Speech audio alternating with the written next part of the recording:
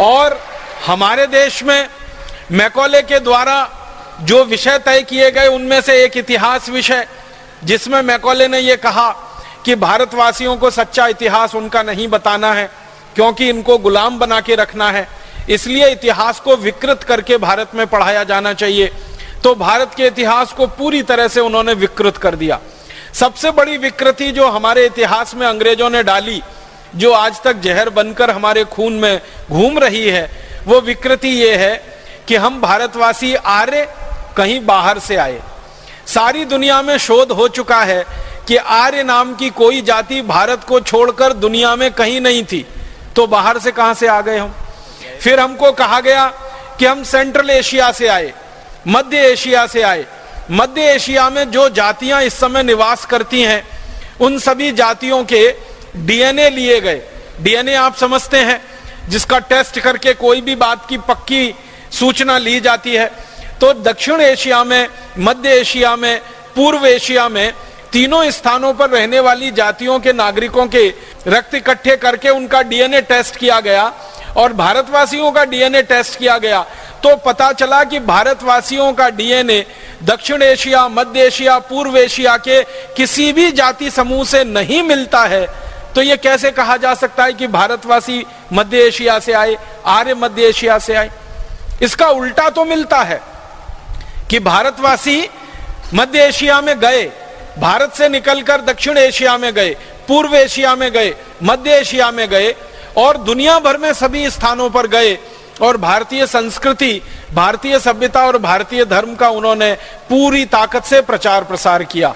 तो भारतवासी दूसरी जगहों पर जाकर तो प्रचार प्रसार करते हैं, उसके प्रमाण हैं, लेकिन भारत में कोई बाहर से आर्य नाम की जाति आई, इसके प्रमाण अभी तक मिले नहीं और इसकी वैज्ञानिक पुष्टि भी नहीं हुई। इतना बड़ा झूठ अंग्रेज हमारे इतिहास में लिख गए और भला हो हमारे इतिहासकारों का, उस झूठ को अंग्रेजों के जाने के 63 साल के बाद भी पढ़ा रहे हैं।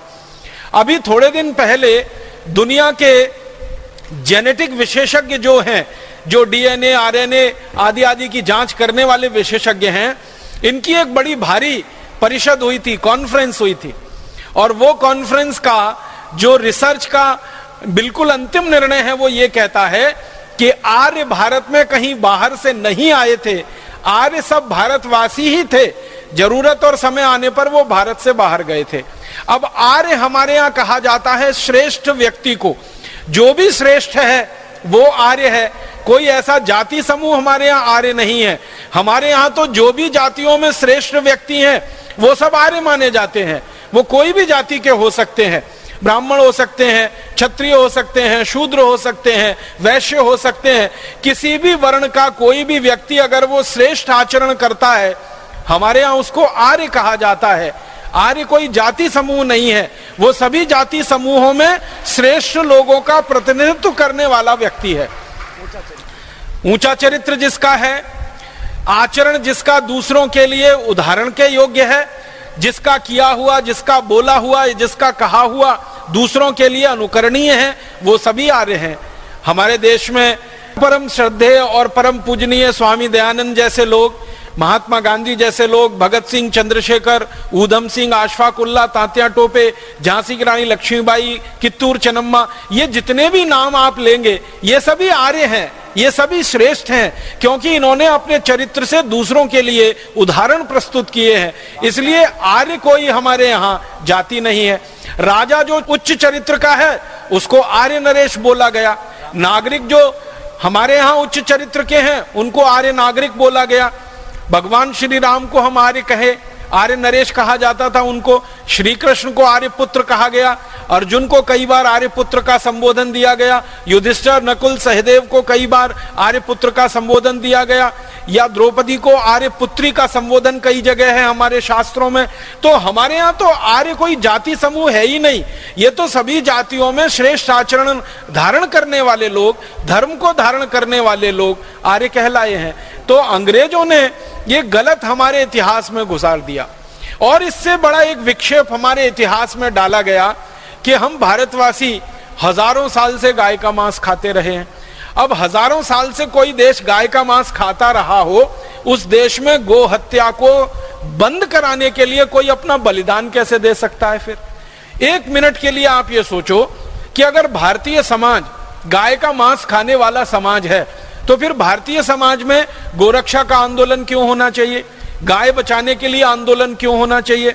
गाय की रक्षा करने के लिए हमारे नागरिकों ने अपना जीवन दिया है, वो जीवन उन्हें क्यों देना चाहिए? हमारे इतिहास में तो एक बहुत बड़ा उदाहरण मिलता है अमर शहीद मंगल पांडे का, जिन्होंने गोरक्षा से आंदोलन की शुरुआत की और देश की आजादी का आंदोलन वो बन गया पूरे भारतवर्ष में, और उसने आग लगा दी पूरे देश को।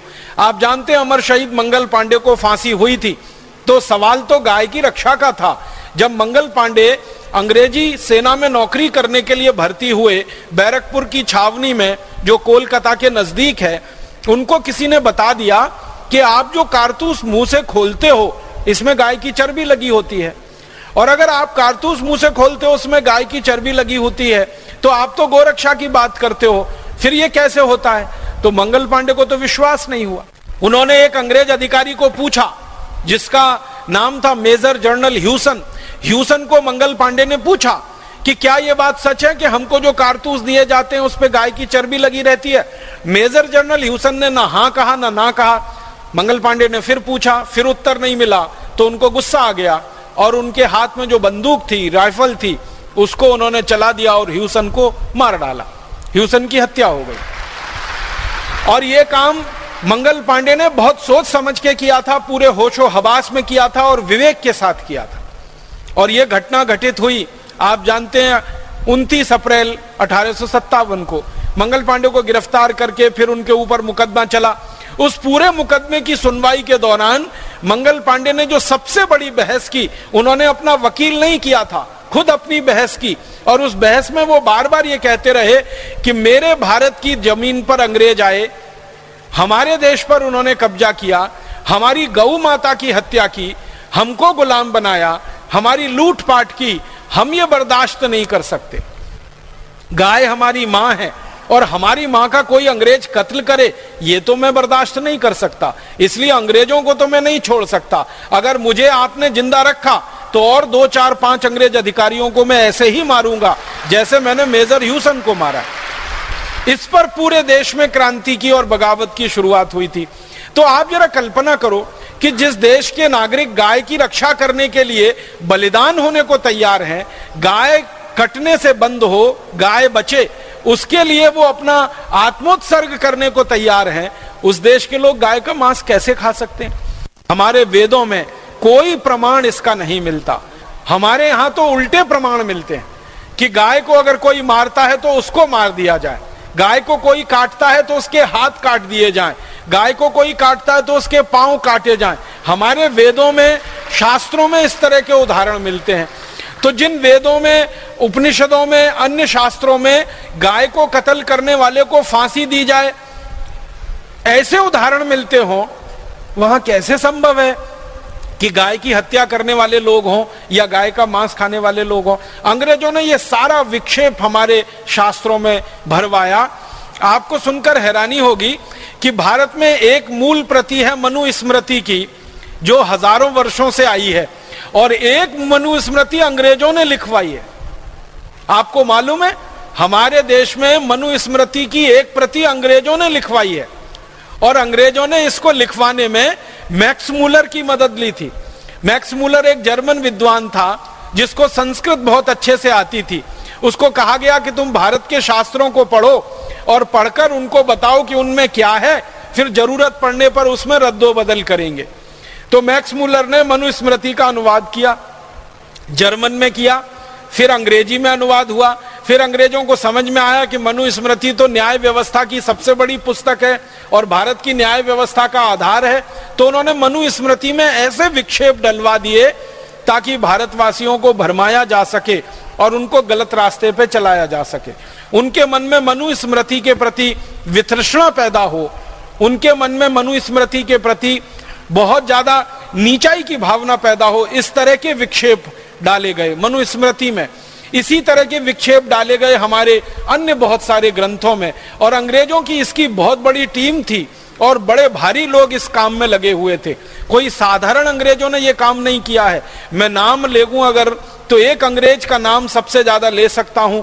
विलियम हंटर नाम का एक अंग्रेज हुआ करता था, जिसने सबसे ज्यादा भारत के इतिहास में विकृति डाली, जिसने सबसे ज्यादा भारतीय शास्त्रों को विकृत किया, जिसने सबसे ज्यादा भारत के पुराने ऋषि महर्षियों के लिखे हुए आप्तवचनों को, वाक्यों को बिल्कुल उल्टा कर दिया।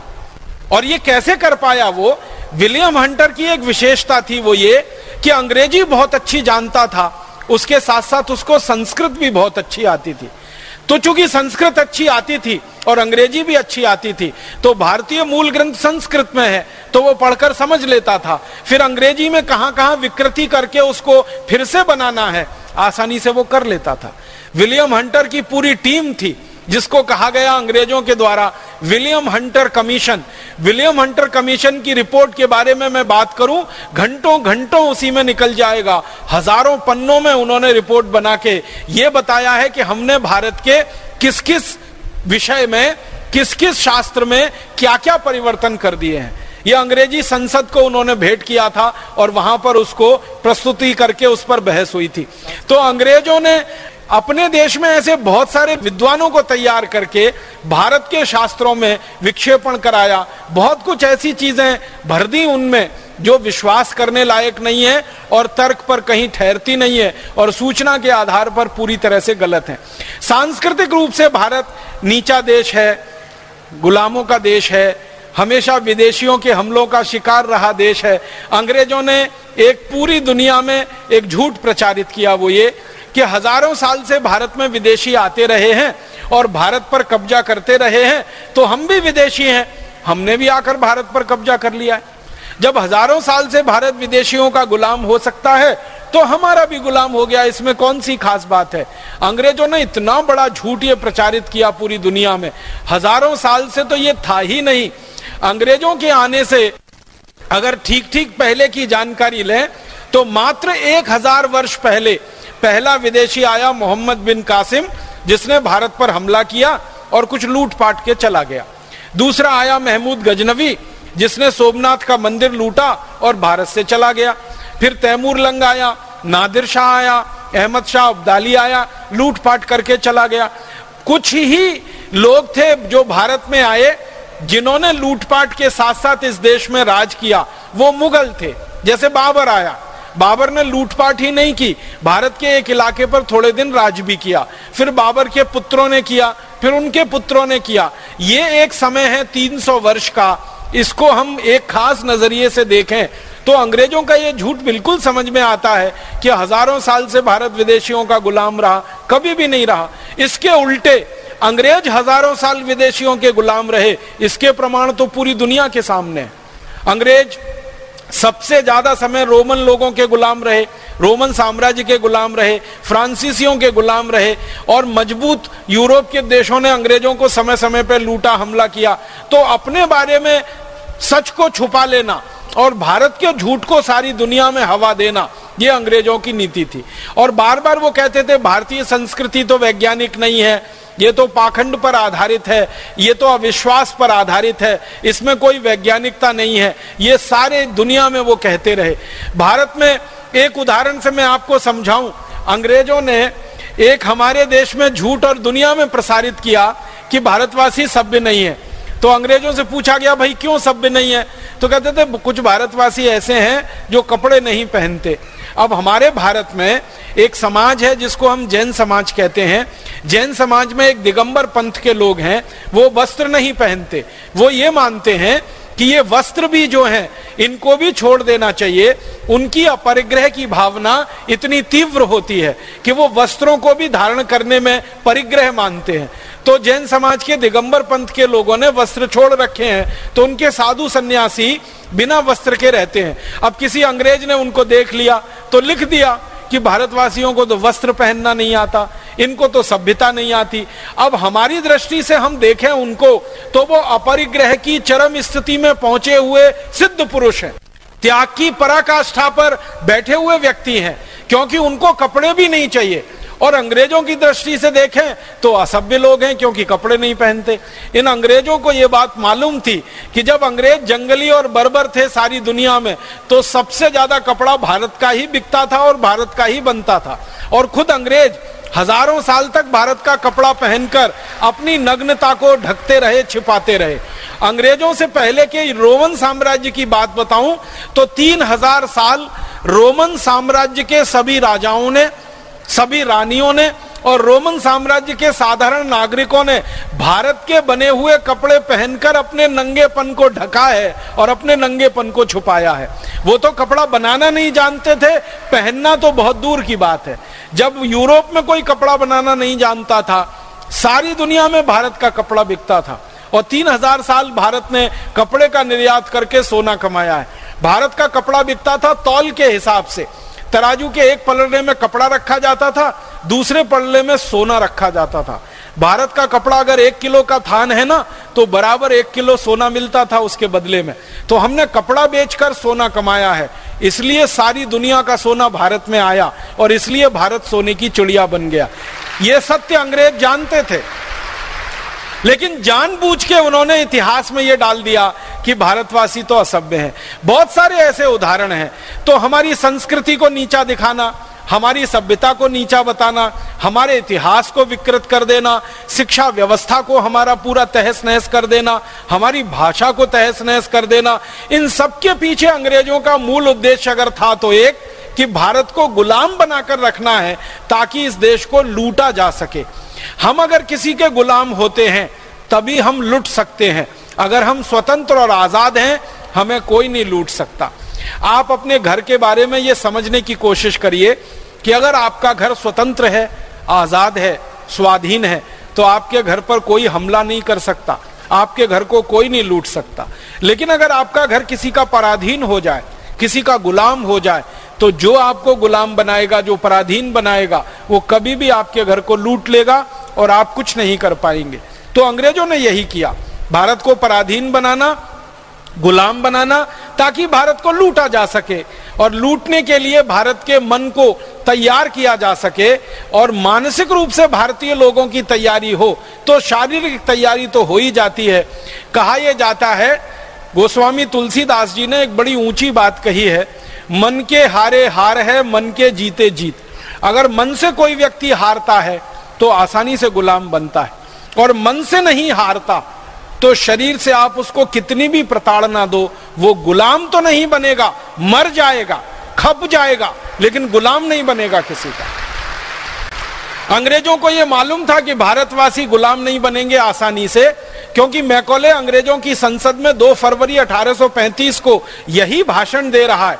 वो कह रहा है कि मैं संपूर्ण भारत में घूमा, मैंने किसी को भिखारी नहीं देखा, किसी को चोर नहीं देखा, कोई गरीब नहीं है, कोई बेरोजगार नहीं है, शिक्षा में भारत बहुत ऊंचा है, सभ्यता और संस्कृति में भारत बहुत ऊंचा है। और अंत में कहता है हम भारत को गुलाम नहीं बना सकते तब तक जब तक कि भारतवासियों की रीढ़ की हड्डी, जो उनकी संस्कृति है और जो उनकी शिक्षा व्यवस्था है, इसको जब तक हम नहीं तोड़ेंगे, भारत गुलाम नहीं बनेगा।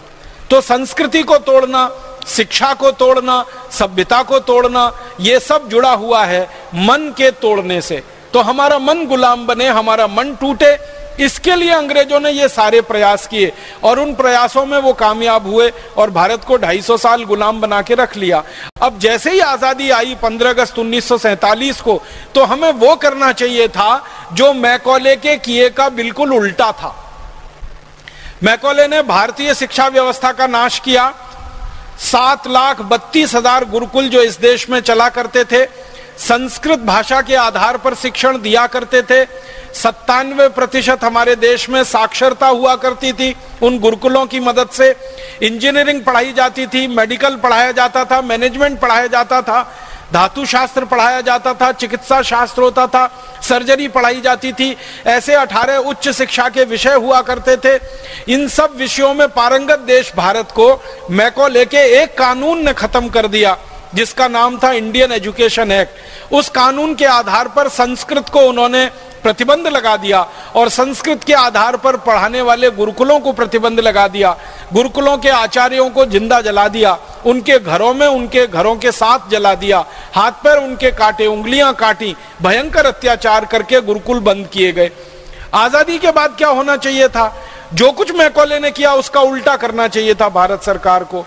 अंग्रेजी खत्म होनी चाहिए थी, अंग्रेजों के बनाए गए कॉन्वेंट स्कूल और पब्लिक स्कूल बंद होने चाहिए थे, और जो गुरुकुल कभी चला करते थे इस देश में, जिनके आधार पर 97% साक्षरता थी पूरे देश में, उनको पुनर्जीवित करना चाहिए था। लेकिन भारत सरकार ने ऐसा कुछ नहीं किया।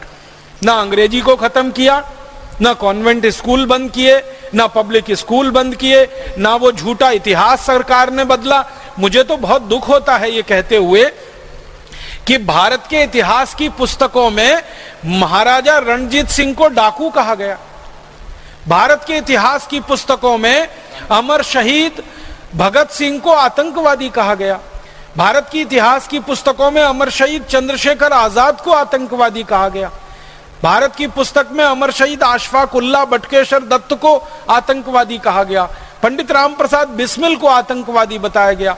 अंग्रेजों के लिए ये सब क्रांतिकारी नहीं थे, अंग्रेजों के लिए तो ये आतंकवादी थे, लेकिन भारत के लोगों के लिए तो ये क्रांति मूर्ति थे, क्रांतिकारी थे, वीर पुरुष थे, साहसी पुरुष थे, जिन्होंने हमारी आजादी का रास्ता हमको दिखाया। तो हमारे लिए तो वो वीर पुरुष हैं, हमारे लिए तो अनुकरणीय है, उनको हम आदर्श मानते हैं।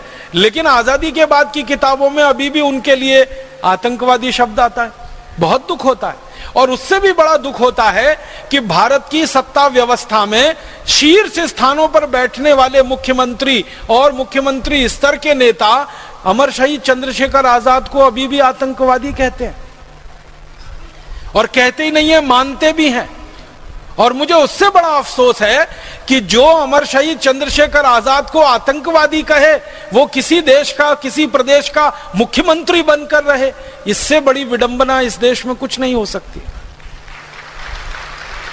हमें तो यह होना चाहिए कि अमर शहीद चंद्रशेखर आजाद को आतंकवादी कहने वाले का हर तरह से नामो निशान मिट जाए, ऐसा इस देश में प्रयास होना चाहिए, ऐसा अभियान चलना चाहिए, बनिस्बत इसके कि अमर शहीद चंद्रशेखर आजाद को आतंकवादी कहकर गाली देने वाला मुख्यमंत्री बन जाए किसी राज्य का, और मुख्यमंत्री बनकर लूट करे पूरे राज्य के संसाधनों की। शर्म है, अफसोस है इन सब विषयों पे। तो हुआ ये है इस देश में कि आजादी भौतिक रूप से हमको मिल गई, अंग्रेज हमारे यहां से चले गए, लेकिन अंग्रेजों के बच्चे इसी देश में छोड़ गए। मैकॉले मर गया, लेकिन मैकॉले के मानस पुत्र इस देश में अभी भी जिंदा हैं, जिनको हम काला अंग्रेज कह सकते हैं। उन्होंने जब से आजादी के बाद इस देश की व्यवस्था को संभाला, सरकार को अपने हाथों में लिया, अंग्रेजों का बनाया हुआ और अंग्रेजों का बिगाड़ा हुआ कुछ भी इस देश में उन्होंने दुरुस्त नहीं किया। हमारे देश में भाषा अंग्रेजी है, भूषा अंग्रेजी है, भोजन अंग्रेजी है, भजन अंग्रेजी है, भेषज अंग्रेजी है, कानून अंग्रेजी है, कृषि व्यवस्था अंग्रेजी है, अर्थव्यवस्था अंग्रेजी है, चिकित्सा व्यवस्था अंग्रेजी है। हर स्तर पर अंग्रेजियत अंग्रेजियत अंग्रेजियत छाई हुई है।